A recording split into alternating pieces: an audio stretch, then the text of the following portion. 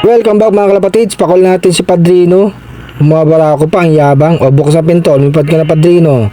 Solong-solo mo. Ayun mga kalapatids, lumipad na nga. Hindi natin sinabay yung ibang ibon natin. Ito na siya mga kalapatids, ang weather. Makulimlim, nakala mo uulan mga kalapatids. Nandiyan na nga si Padrino, ang pangwala yung ibon. Lumilipad na mga kalapatids, solong-solo. Walang ibang ibon na lumilipad. Inihanda ko na rin yung pagkain tsaka inumin. Alam naman natin to si Padrino. Pagkatapos lumipad, naghanap ng tubig yan mga kalapatids. Madaling mauwaw tong ibon na to. Pangwalayan ka talaga. Ikutin mo ang buong lugar dito. Magpakasawa ka lumipad Padrino. Dahil yan naman ang alam mo ang lumipad lang. Dahil di nga natin sinasali sa race to mga kalapatids. Pangwalay ang ibon nga. Sige, lipad. Mamaya pagbaba niyang gutom na yan mga kalapatids. Ang hanapin niya nga tubig. Hingal na naman niya mga kalapatids. Ikot ang ikot.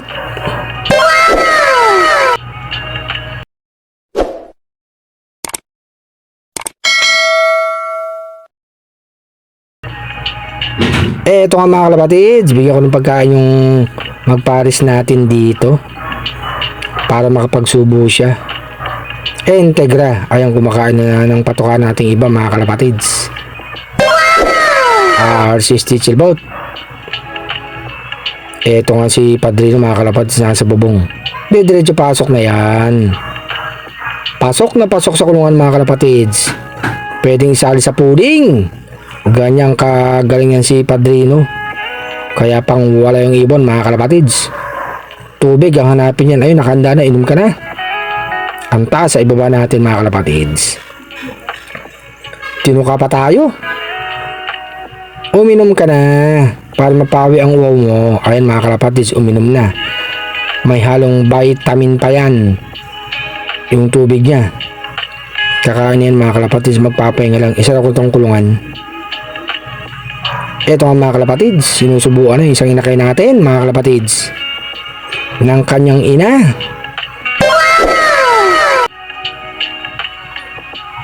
Sige, subo. Magaling tong magparis na to, mag-alaga ng inakay nila. Sayang nga lang isang itlog hindi nga napisa mga kalapatids. Sana susunod mapisanin dalawang itlog nila mga kalapatids at mga itlog na sila.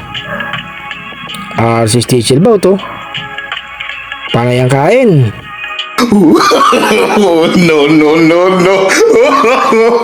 No. Ito nga sa Arcelop, nakapagbigay na tayo ng vitamin sa kanila mga kalapatids. Magandang araw. Salamat sa panonood. God bless.